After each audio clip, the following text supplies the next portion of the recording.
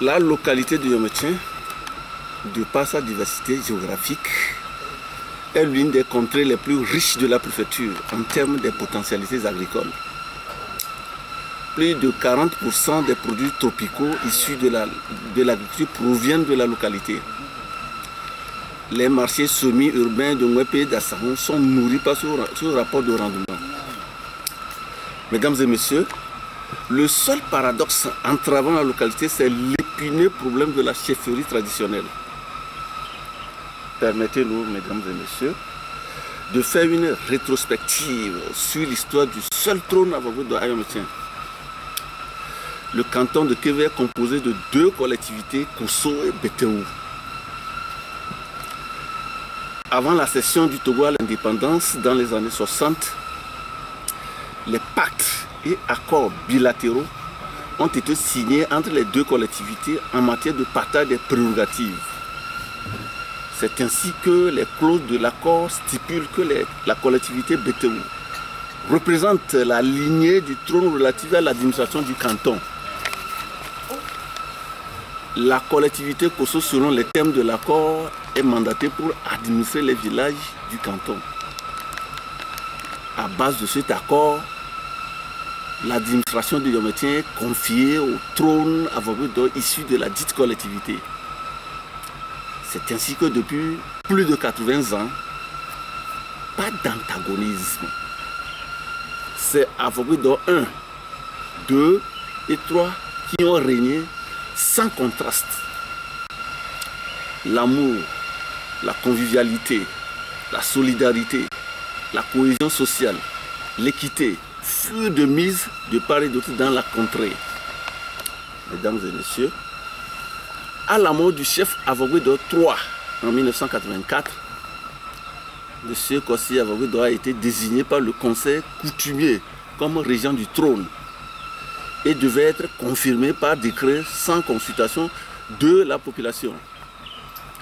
Ce coup perpétré a suscité une vive indignation au sein de la population et des groupes se sont constitués pour marquer leur opposition.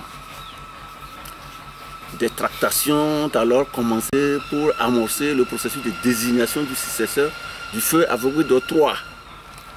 Ainsi, en 1998, Togbe Avogüedo IV a été intronisé suite à un décret de nomination signé par le ministre de l'Intérieur de l'époque.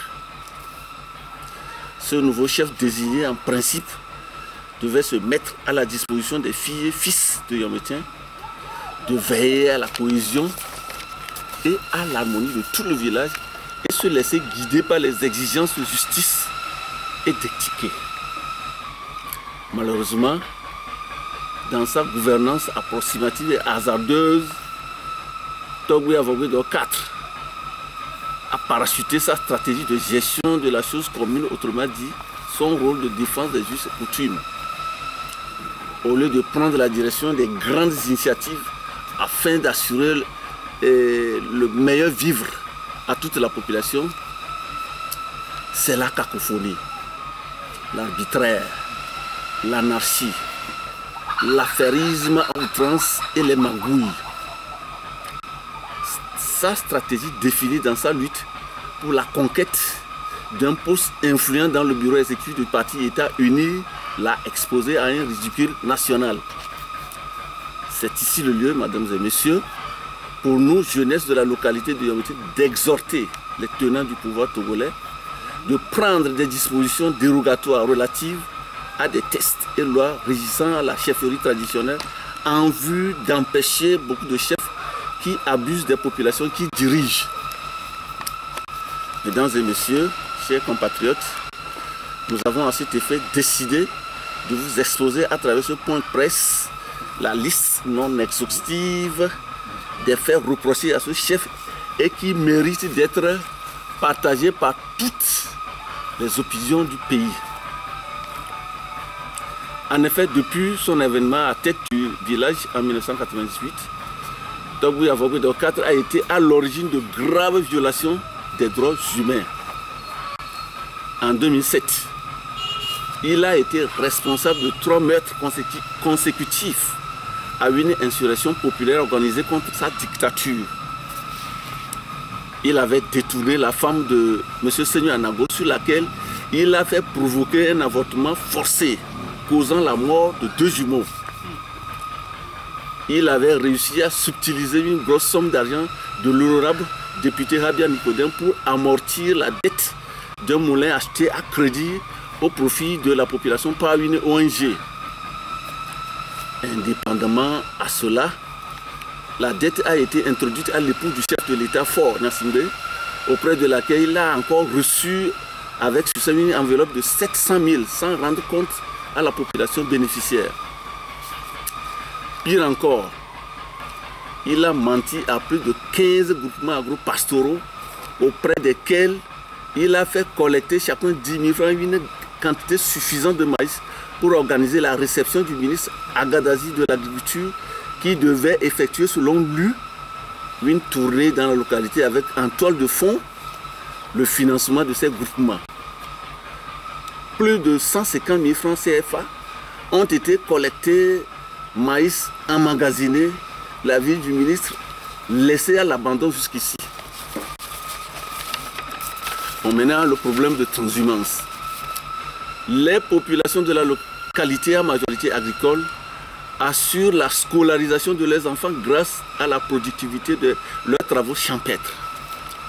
Quel sera alors le sort de ces populations, mesdames et messieurs, lorsque ces compatriotes voient leurs champs de maïs, du mil et de manioc détruits en une seule journée par les bœufs?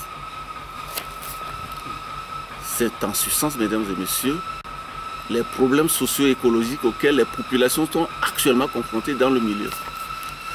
Il y a plus de 2 ans, mesdames et messieurs, plus de 600 peuls ont envahi le milieu et notre fameux chef a dû affecter un terrain à ces peuls à l'issue d'un contrat authentique à durée indéterminée, dont les clauses stipulent qu'à la fin de chaque mois, les peuls doivent verser une enveloppe de 50 000 francs CFA aux tyrans.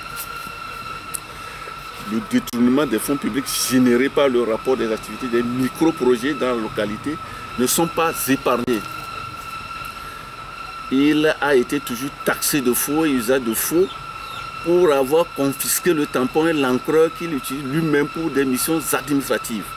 Du président du CVD local qu'il juge incompétent sans jamais provoquer l'élection du nouveau bureau il y a plus de 6 ans de cela. Son ingérence musclée dans la gestion de la gestion financière des services et établissements publics de la localité reste d'actualité.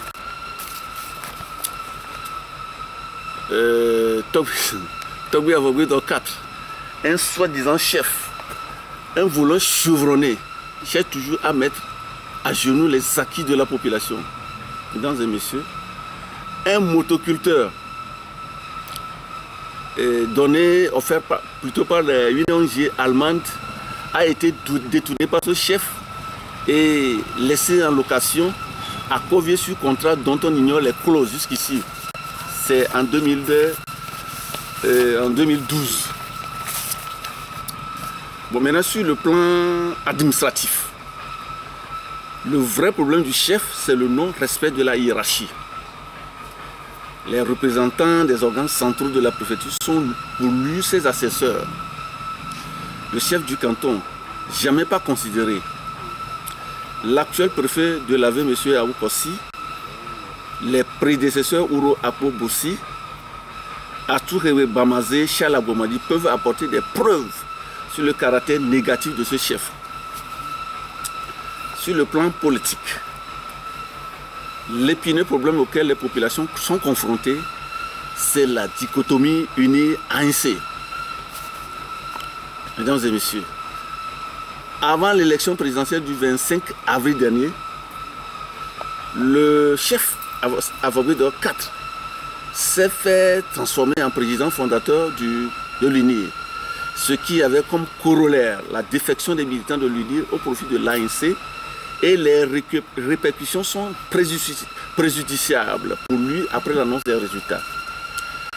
La recrudescence de la dictature dans la localité a pris des proportions multidimensionnelles à cause de cette défaite.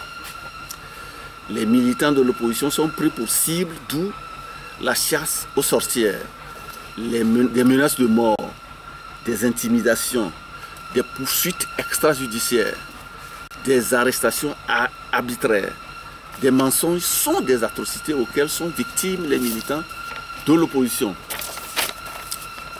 Dépassés par les événements, la société civile, les vieux, les vieilles et enfants à cause de la disparité de la condition sociale, le tissu social déchiré et l'autorité quasi inexistante ont décidé unanimement de saisir le chef du canton pour aller au chevet de toute une population en difficulté.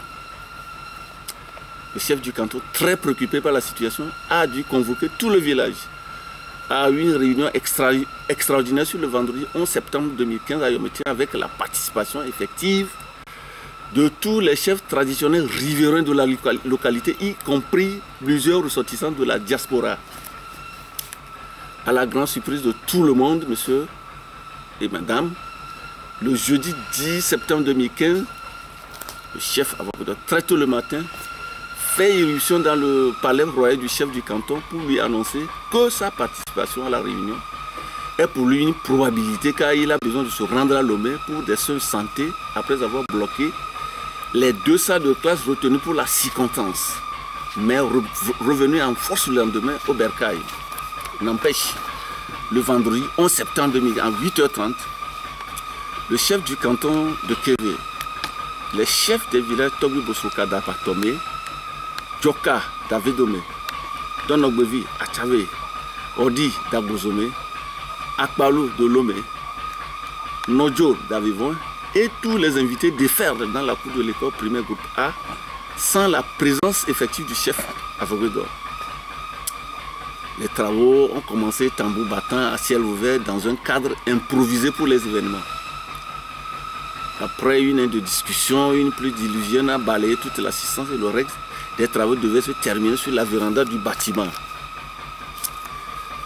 Les déclarations des uns et des autres au cours des travaux très choquantes et provocatrices ont permis au chef du canton et les 6 autres chefs riverains de la localité de situer les responsabilités. Le chef du canton, président des travaux, a promis de transmettre fidèlement le rapport acquis de droit. Pour faire face à cette situation, éviter un vide juridique au village, pour dénouer la crise qui risque de plonger la localité dans un chaos sans précédent, propose le jeune Agboko Adjabli, l'actuel président de la jeunesse très dynamique, pour l'exécution des affaires courantes de la localité et service en même temps d'intermédiaire entre les autorités politico-administratives et traditionnelles de la préfecture, en attendant que la famille royale Avagodo fasse une proposition concrète pour le règlement définitif de cette crise institutionnelle qui secoue la localité. Voilà très schématiquement, mesdames et messieurs, les points sensibles, les raisons fondamentales pour lesquelles nous avons organisé ce point de presse ce jour. Je vous remercie.